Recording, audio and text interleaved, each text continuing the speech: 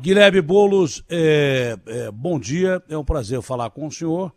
Bom, o governador Dória, como maior autoridade de São Paulo, representando o estado de São Paulo, disse agora há pouco que a culpa do atraso dos insumos da China é do Bolsonaro, do filho do Bolsonaro e do Paulo Guedes. O senhor concorda integralmente com o governador de São Paulo ou não? Guilherme, bom dia. Bom dia da pena a você, a todo mundo que está nos ouvindo aqui na Rádio Bandeirantes. Olha, é evidente que o Bolsonaro tem a sua parcela de culpa e que é gigante. O Brasil hoje depende dos insumos da China para poder vacinar a população. Nós estamos com uma vacinação a conta-gota desde o começo, em grande parte porque o Bolsonaro recusou ofertas de vacina, 70 milhões de doses oferecidas pela Pfizer, a CPI está tratando disso inclusive, e agora ele vai começar a falar mal, ofender, atacar a China no momento em que nós precisamos dos insumos da China para continuar vacinando. Então, o Bolsonaro tem uma responsabilidade gigante por isso. Agora, o Dória, ele se vende como o pai da vacina, o paladino do combate à pandemia. E se a gente olhar para São Paulo, a gente vê que também não é exatamente assim. São Paulo ultrapassou nos últimos dias 100 mil mortos por coronavírus. O Dória, que na verdade se aproveita também do trabalho feito por cientistas, por pesquisadores, por profissionais do Butantan, a declaração que ele fez ao que assumiu o governo é que ele queria privatizar o Butantan. Ele diz que é o homem da ciência, mas mandou cortar 1/3 do orçamento da FAPESP, que é o principal instituto de pesquisa científica de São Paulo, no ano passado, já na pandemia.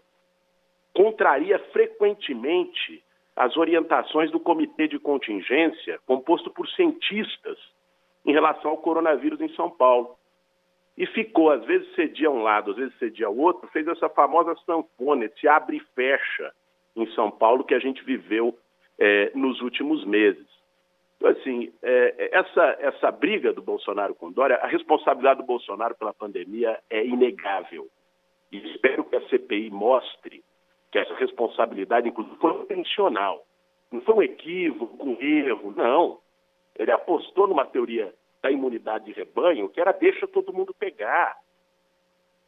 Ele trabalhou contra a vacina, boicotou as medidas de isolamento sanitário no Brasil inteiro, todo mundo viu isso, ficou promovendo cloroquina. Aliás, ontem foi dito pelo presidente da Anvisa, o Barra Torres na CPI, de que ele tentou mudar a bula do remédio. O presidente da Foi dito há muito tempo aqui. Foi dito há muito tempo aqui. Ele falou ontem na CPI, mas aqui ele falou há mais de um mês isso. Pois é. Que a Anvisa não reconhecia a cloroquina e não iria reconhecer. Pois é, não tem nenhum cabimento. Mudar a bula de remédio, o presidente da República se prestando a isso. O papel do Bolsonaro, para mim, é inegável. Espero que a CPI mostre, espero que isso leve à responsabilização dele. Agora, o Dória, Datena, para mim, essa briga dos dois é o sujo falando do mal lavado. Porque, se você for ver, meu caro, São Paulo tem 250 bilhões de reais no orçamento. É o segundo orçamento. Tirando o da União, é o maior orçamento do país. Poderia ter tomado uma série de medidas, inclusive para evitar a circulação e para que as pessoas ficassem mais em casa. Podia ter tido um auxílio emergencial de São Paulo, o orçamento que tem, com o custo de vida que tem aqui.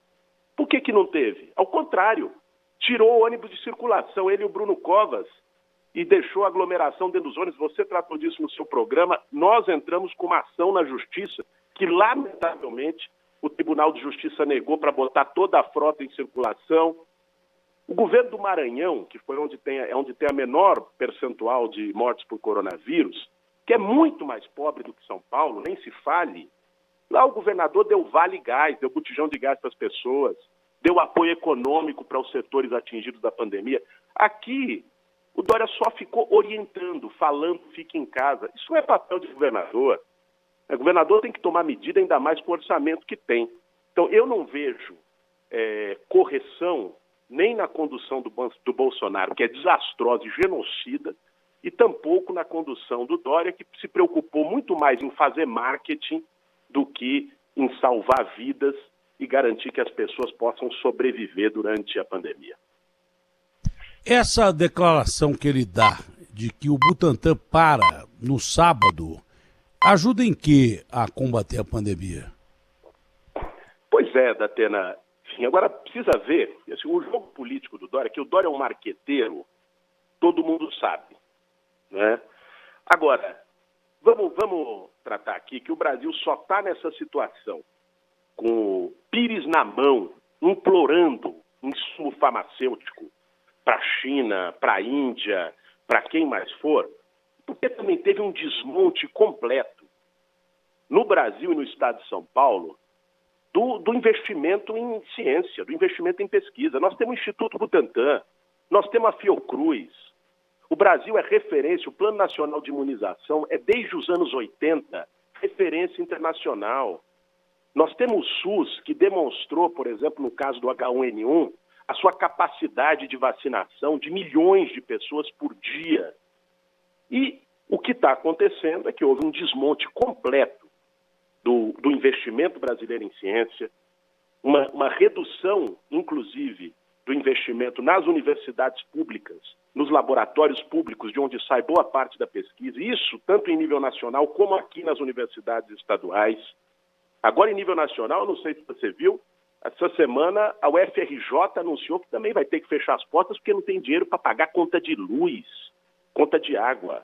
Então, o que nós estamos vivendo agora, esse anúncio em relação ao Butantan e a situação do apagão da vacina que a gente vive no Brasil, ela é resultado de uma condução desastrosa da pandemia pelo Bolsonaro, é resultado também, no caso do Dória, que só se preocupou em marketing, mas é resultado de um problema mais de fundo que a gente vê, que é um problema de desmonte da pesquisa científica, de sucateamento da universidade pública no nosso país.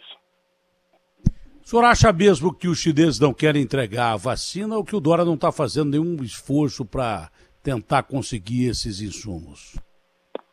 Datena, eu não tenho essa informação, não tenho como dizer se está bloqueado nos chineses, se o Dória não está fazendo as investidas necessárias para poder potencializar Ele montou o escritório lá na China, né? Ele montou o escritório para resolver problema de vacina na China.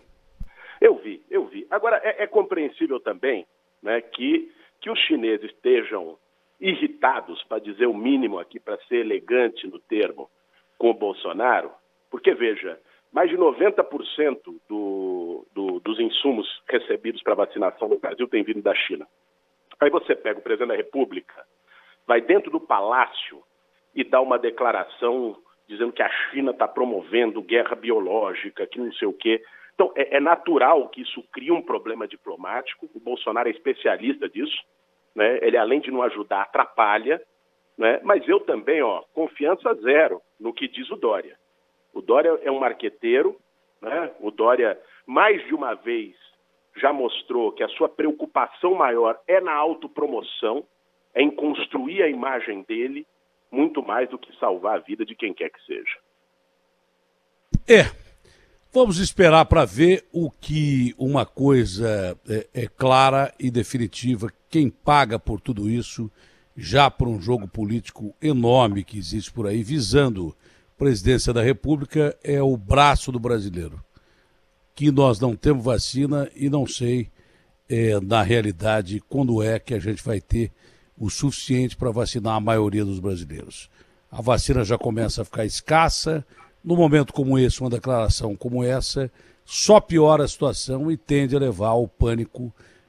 Tomara que haja uma resolução positiva por parte do governo chinês e que, independente de quem governa o Brasil ou de quem fala pelos brasileiros, a situação humanitária esteja acima de tudo e que os chineses, exatamente pela origem do vírus ser na China, tenham mais compreensão humanitária, não só para com o Brasil, mas para o resto dos países que dependem especificamente dos insumos feitos na China. E muito me espanta também que o governo chinês não seja o primeiro a se declarar favorável à quebra de patentes e que isso venha dos Estados Unidos e da Rússia antes do que da China. Isso me deixa realmente espantado e abismado. O que importa, na verdade, para a maioria desses países é negócio mesmo que a humanidade esteja em risco de extinção. Guilherme, sobre as articulações que eu perguntei ao Márcio, caiu a linha, mas as articulações políticas para governo de São Paulo e para a presidência da República já estão em pleno andamento, né? Qual o posicionamento seu e do seu partido em relação a isso?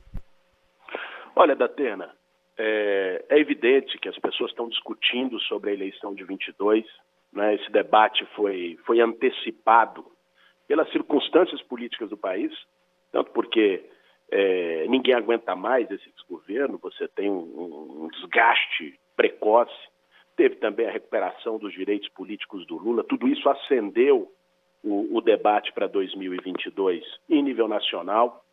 O meu partido, o PSOL, vai realizar o seu congresso no segundo semestre, com a militância do partido, para poder tomar o seu posicionamento sobre as eleições de 22. Eu tenho defendido, já defendi aqui em outra oportunidade para você aqui no programa, que, do meu ponto de vista, o melhor caminho é buscar construir uma unidade da oposição, uma unidade da esquerda, em nível nacional, para derrotar o Bolsonaro e apresentar um projeto de reconstrução para o Brasil, para a retomada de emprego, de renda, para tirar o Brasil de novo do mapa da fome. Olha a situação que nós estamos. 2021 e temos 19 milhões de pessoas com fome no Brasil, para recuperar direitos sociais que foram perdidos nos últimos anos. Eu acho que é muito importante ter uma unidade. E aqui no estado de São Paulo, nós precisamos de uma unidade para acabar com essa capitania hereditária. São 30 anos, Datena, 30 anos de hegemonia do PSDB.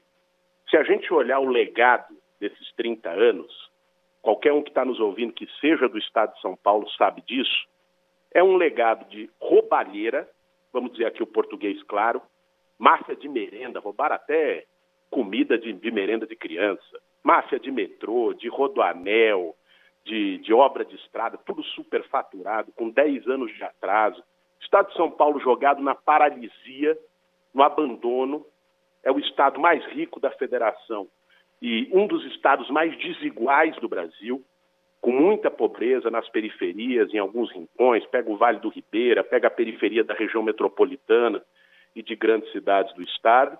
Então, eu acho que já passou da hora de se construir um projeto progressista para São Paulo, de combate às desigualdades, desenvolvimento social e econômico, que aponte uma saída e uma superação do PSDB, hoje representado pelo João Dória. Eu estou muito empenhado em construir isso. Acho que daqui até a eleição tem 1 ano e meio. Não dá para ficar focando apenas na eleição. Nós estamos com mais de 2.000 pessoas morrendo por dia. Nós estamos com um caos social e econômico no país. Nós temos feito uma batalha grande nesse momento também para a retomada do auxílio emergencial de R$600, que é o mínimo necessário para que milhões de brasileiros possam atravessar essa pandemia com alguma dignidade, né, para garantir, lutar pela vacinação de todos os brasileiros e brasileiras, mas, ao mesmo tempo, nós estamos também discutindo com todos os setores as perspectivas para 2022, e eu espero que o Brasil e o estado de São Paulo possam sair desse pesadelo o quanto antes. Tá bom, Guilherme, bom dia, muito obrigado, saúde para você, família, um abraço grande. Eu que agradeço, Datena. Obrigado pelo convite, pela oportunidade de falar mais uma vez com você aqui na Band. Forte abraço e um bom dia. É um prazer recebê-lo aqui.